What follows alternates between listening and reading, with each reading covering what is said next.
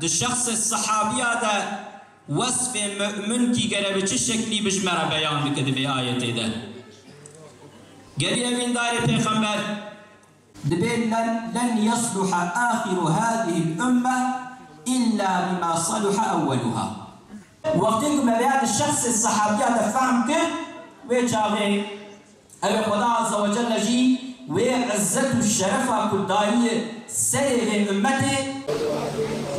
أعوذ بالله من الشيطان الرجيم. بسم الله الرحمن الرحيم.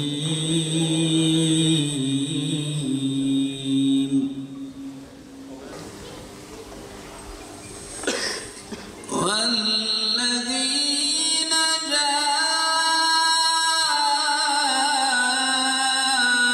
جاءوا من بعدهم يقولون ربنا اغفر لنا ولإخواننا الذين سبقونا بالإيمان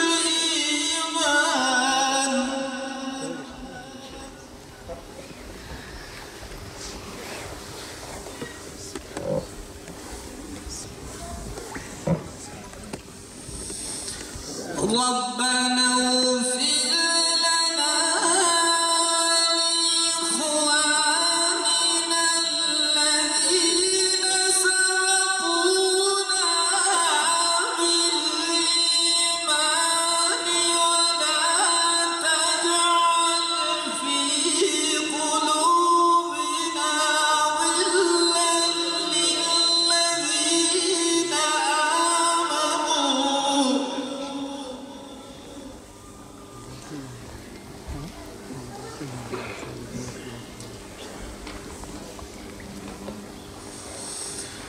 ولا تجعل في قلوبنا غلا للذين آمنوا ربنا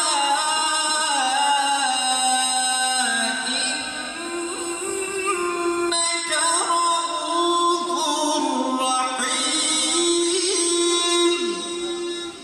اندام یکیتیا عالمان و مدرسه هم مناره جای گلر دعوتی میکروفون یتکن کرن کسیده قال من دار پیغمبر 1400 سال بره خدا عز و جل جبشریت را پیغمبر ایشان کل کی انسان لدورا پیغمبر علیه السلام جلیان جناب تاریکیا کفر و شیعه درکتن ببال رونایی اسلام بهاتن لدور پیغمبر علیه السلام جلیان و پیغمبر علیه السلام را لسر عبد حیاتی کل غور خواستنا خدا و رسول خدا مشاندن ایو اگر هم خوازن خدا عز و جل جل راضی به پیغمبر علیه السلام روژا قیامت شفاعت المبکر روژا قیامت دبن لیوایا حمده لدور پیغمبر علیه السلام هم خوازن ولنجم هفسه گران بان حوالی پیغمبر علیه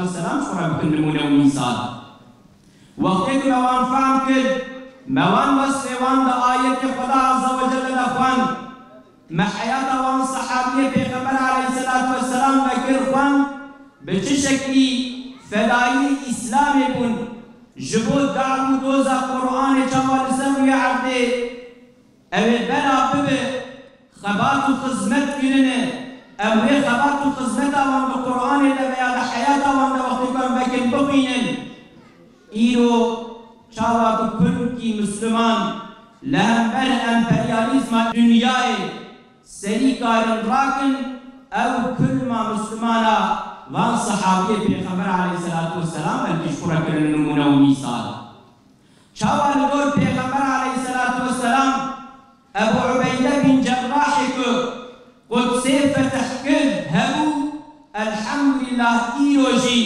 ابو عبیده بهن کو تمام عالم انسانیت لبندت گوتنی بینن دو روزا روکی یا سه روزا روکی اوه درکم در حق مجاهد آده در حق مسلمان غزه ده و خبردان کی بگه تمام دنیای ولیکن تلویزیون خود زندی دن وان گوتن ایوی گوتن وان گوتن ایوی کارگل و ایو ابو عبیده بیجچه اوان انسان الصحابی پیغمبر علیه الصلاة والسلام جغورا کر نمونه و مثال دان پیش شو پاوان انسان مبارک خدا عز و جل جیرو و عزت و شرف داوان تکبیر!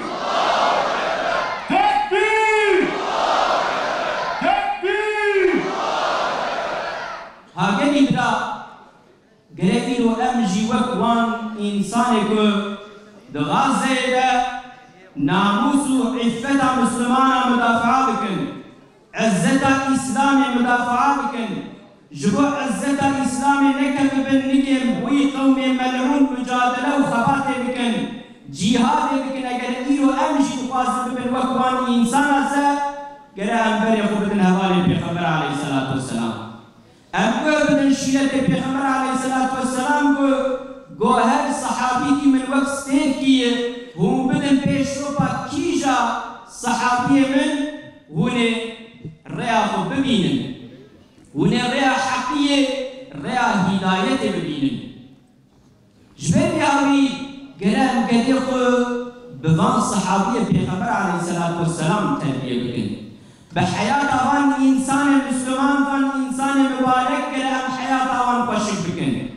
وقتی که مگده خود تربیه لگور خواستنا خدا و رسول خدا به حوال پیغمبر علیه الصلاة والسلام به حیات آوان انسان مبارک تربیه کن سب دشمن اسلام وقتی که بین خود الوان عردا او جوان عرداجی محمد الضيف درکمن جوان عرداجی ابو عبیده درکمن جوان عرداجی رامتیسی درکمن او الشيخ احمد یاسین درکمن وقتی که مبوح دا شیلت پیغمبر علیه الصلاة والسلام ما حیات حوالی پیغمبر علیه الصلاة والسلام خوان دا حیات خود عولی نقشان داویجی دا حیات گده خود پیز خود ما نقشان مهر لاو کی وکر وک زبیر بن عوام مهر پیز کی خکر وک اسماء لاجی کر وک صفیه رضی الله تعالی عنها وجاء ببنرنك وين بالخاصية وان صحابي ميل جن دقرن أوجدي مملكة يجي أوان إنسان كوارث وان صحابيا بنوي دركمن جبل بيهاوي جادا أم جاكورا بيجن بيلا هكوبينن جرا أمبري خبرن پیغمبر وحبال پیغمبر عليه الصلاة والسلام شاوا خدا عز وجل القرآن دبري مدد پیغمبر خود رسول خود و حوال پیغمبر علیه الصلاة والسلام و چاوا پیغمبر علیه الصلاة والسلام جی بین مدده حوال خود شیلتا المدد بگوه بدن اوان حیات اوان انسان کلگور من جریانه جبو في ديني بدريدا دوحددا خيبردا ودتمام وان حرب كل بيغمبر عليه الصلاة والسلام كديه لدور بيغمبر عليه الصلاة والسلام جريان بالخاصي كلن قهرماني كلن وان انسان بغي اگر بيغمبر بياجنا بخاصيسه ام مجبور ان كوه بدن الحياة وان انسانا وان بدن بيشو باوان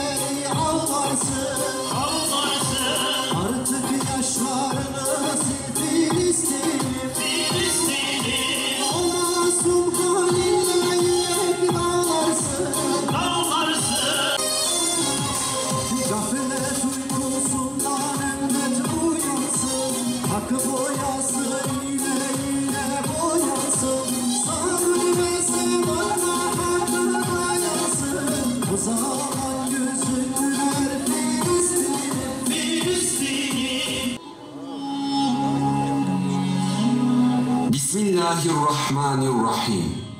Hamd, alemlerin Rabbi olan Allah Celle Celaluhu'ya mahsustur. Salat ve selam onun kulu ve elçisi olan Hz. Muhammed sallallahu aleyhi ve selleme, aline ve ashabına olsun. Gökteki yıldızların en parlaklarından biri olan Hz. Zübeyir bin Avvam radıyallahu anh'tan bize miras olarak yansıyan üstün meziyetler. İslam davasının fedakar öncüsü Hz. Zübeyir. Zorlu günlerin, zorlu zamanların çilekeş adamıdır. Her peygamberin bir havarisi vardır. Benim havarim de Zübeyir'dir iltifatıyla Havariyül Resul ünvanına mazhar olmuştur. Lisan-ı sıdıkla ben iman edenlerin beşincisiyim sözünün sahibidir. Cennetle müjdelenen 10 sahabeden biri olan Hazreti Zübeyir, Efendimiz sallallahu aleyhi ve sellemin bacanağı, annemiz Hatice'nin yeğeni, Hazreti Ebubekir gibi sadık bir dostun damadı, kahramanlığıyla nam salan Safiye gibi bir annenin oğlu, aslan avcısı Yiğit Hamza'nın yeğenidir. O vahiy evinin hayırlı sakinlerinden Zübeyir bin Avvam'dır. Risalet davası uğruna çekilen ilk kılıcın sahibi Hazreti Zübeyir. Zulme rıza göstermeyen İslam davasının yiğit adamıdır. İşkence ve baskıların çoğaldığı ilk yıllarda Hazreti Peygamber sallallahu aleyhi ve sellemin şehit edildiğine yönelik aldığı bir haberle sokağa çıkar. Elinde kılıcıyla korkusuzca katillerin izini sürerken yüreği izzet ve şerefin haklı arayışındadır. Onu durdurmaya sadece bir söz yetmektedir. O söz Efendimizin huzur ve güven veren sesinden başkası değildir. Allah'ın yüce kitabımız Kur'an-ı Kerim'de Allah onlardan razı olmuştur, onlar da Allah'tan dediği o kutlu ve yüce insanları anlamaya ve anlatmaya gayret ediyoruz. Ne kadar anlayıp ne kadar anlatabilirsek. Onlar kendi kardeşlerini kendileri ihtiyaç içinde oldukları halde nefislerine tercih ederler diye övdüğü insanları anlatıyoruz. Efendimiz Aleyhisselatü Vesselam'ın ashabın gökteki yıldızlar gibidir. Hangisine uyarsanız kurtuluşa ulaşırsınız diye övdüğü insanları anlatıyoruz. Öyle bir nesil belki kıyamet gününe kadar bir daha gelmeyecek. Ama tarihe bıraktığı izler kıyamet gününe kadar insanlar üzerinde, iman edenler üzerinde büyük bir etki bırakacaktır.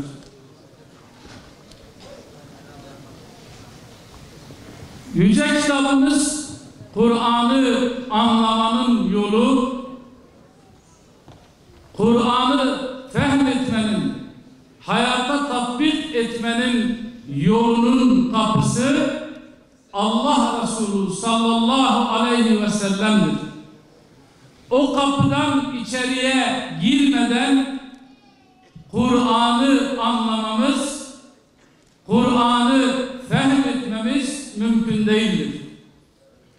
Allah Resulü sallallahu aleyhi ve sellem'i de anlamanın ve fehmetmenin yolunun kapıları da ashab-ı kiramın hayatıdır. Çünkü onlar 23 yıllık Allah Resulü'nün siretinin bizatihi canlı tanıkları, failleri ve mef'ulleridirler. Kur'an onlara nazil oldu. Kur'an ayetlerini iliklerine kadar, en ince ayrıntısına kadar onlar yaşadılar. Allah Resulü sallallahu aleyhi ve sellem ile beraber. İşte o yiğitlerden biri Zübeyir İbni Avvam radıyallahu anh. Kısaca kendisiyle ilgili, doğumu, kabilesiyle ilgili şöyle bir bilgi var. Zübeyir İbni Avvam, isminin anlamı küçük not, değerli yazı. Künyesi Ebu Abdullah, lakabı Havariyur Resul'dur. Allah Resulü sallallahu aleyhi ve sellem onun için her peygamberin bir havarisi vardır. Her peygamberin havarileri vardır. Benim de havarim Zübeyir'dir diye taltif ettiği bu yüce insan. Allah Resulü sallallahu aleyhi ve selleme vahiy inmiş. Muhammedul Emin artık Muhammedur Resulullah olmuştur. Hazreti Ebubekir'in vasıtasıyla birçok insanı imana kazandıran o yiğit dava adamı Hazreti Ebubekir radıyallahu anh'ın vasıtasıyla iman şerbetini içer. İman edenlerin beşincisidir. Bununla övünür. Ben iman edenlerin beşincisiyim de. Ve Allah Resulü sallallahu aleyhi ve sellemin yanına Erkam bin Erkam'ın evine sürekli gidip gelmeye başlar. Hazreti Zübeyir'in iman ettiği kısa bir zaman içerisinde Mekke'de yayılır. Amca Nevfel de bunu duyar. Bunu duyar duymaz yeğenini çağırır. Ey yeğenim, bak Muhammed'in yanına gitme. Falan kesin yanına gitme. Ebubekir'in yanına gitme. Kesinlikle onlardan uzaklaş. Küfrün, kafirlerin ve müşriklerin iman edenler üzerinde uygulaya geldikleri ta Adem'den bugüne kadar taktikleri değişmemiştir. Önce tehdit etmeye başlarlar. İftira atmaya başlarlar. Onlar iyi insanlar değil. Onlar atalarının dinini inkar edenlerdir. Onlar şöyledir, böyledir. Bugün de bu gibi laflarla iman edenler, dava adamları çok sık karşılaşıyorlar. Fakat imanın tadını ve lezzetini alan Hazreti Zübeyir amcasını dinlemez. Sürekli Erkam bin Erkam'ın evine gider. Çünkü orada ikra vardır, oku vardır, öğren vardır, ilim vardır, irfan vardır. Ve orada kum emrinin gereği kıyam vardır. Öğrendiklerini pratik hayata dökme vardır. İnancını pratik hayata, pratik hayatın gerçekleriyle yüzleştirme vardır burada. Amca Nevfel'in bütün çabaları boşa gidince o da diğer ashab gibi işkencelerden nasibini alır. Sopalarla canı morarıncaya kadar dövülür. Fakat nafile. Onu küçük bir odanın içinde bir hasıra sarar ve odanın içinde ateş yakar. Dumanından rahatsız olsun diye. Sonra hasırın içinde onu sopalarla döver ta ki bayılıncaya kadar. Nübüvvetin 5. yılında Allah Resulü sallallahu aleyhi ve sellem Habeşistan'a hicret için Hazreti Osman'ın liderliğinde bir grup gönderir, Hazreti Zübeyir de içinde. Sevdiği memleketini, vatanını geride bırakarak, her şeyini feda ederek, Allah Resulü'nün emrine uyarak Habeşistan'a hicret eder.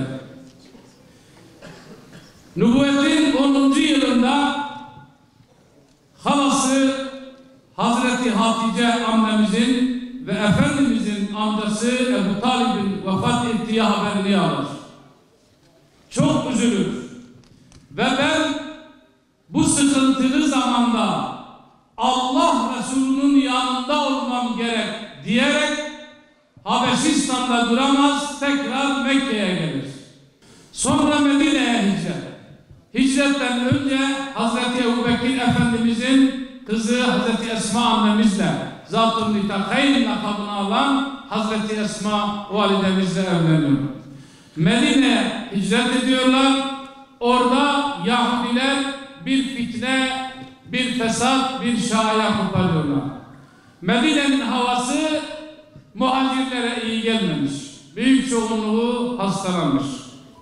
Yahudiler muhacirlerin ve Müslümanların öleceğini, çocuklarının olmayacağını, çocukları olsa bile sakat doğacağı şayasını yayıyorlar.